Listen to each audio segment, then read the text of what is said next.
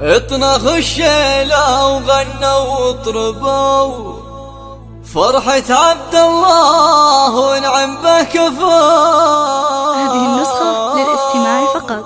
جميع الحقوق والنشر والتوزيع محفوظة. السمو قولوا الف مبروك يا شيخ الرجال.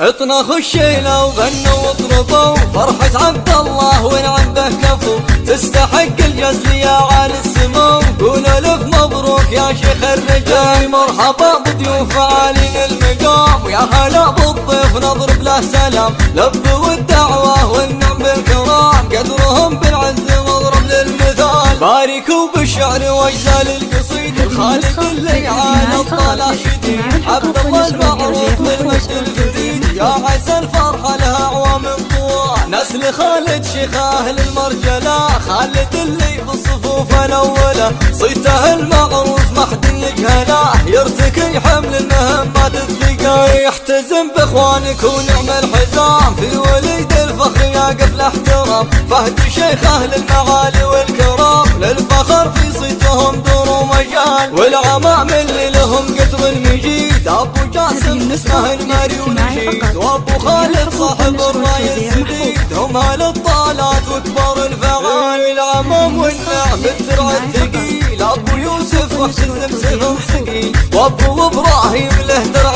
جليل سيرة بالمجد تشبه للجبال.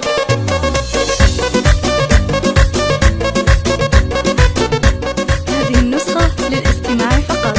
جميع الحقوق والنشر والتوزيع محفوظة. اطنخ الشيلة وغنوا وطربوا فرحة عبد الله ونعم به كفو تستحق الجزل يا عالي السمو. قولوا الف مبروك يا شيخ الرجال. مرحبا بضيوف عالي المقام ويا هلا بالضيف نضرب له سلام. لبوا الدعوة والنعم بالكرام قدرهم بالعز مضرب للمثال. باركوا بالشعر واجزال القصيد الخالد الليعان الطلع شديد. عبد الله المعروف بالمجد الفريد يا عسى الفرحة لها أعوام طوال. نسل خالد شيخ أهل المرجلة خالد اللي بالصفوف الأولى. صيته المعروف ما حد يجهله يرتكي حمل المهمات الثقال. يحتزم بإخوانك ونعم الحزام في وليد الفخر يقف الاحترام. فهد شيخ أهل المعالي والكرام الفخر في صيتهم دور ومجال. والعمام اللي لهم قدر المجيد أبو جاسم اسمه الماري ونشيد. وابو خالد صاحب الراي السديد هم اهل الطالات وكبار الفعال. العمام والنعم الترع الثقيل ابو يوسف واحتزم سيف ثقيل. وابو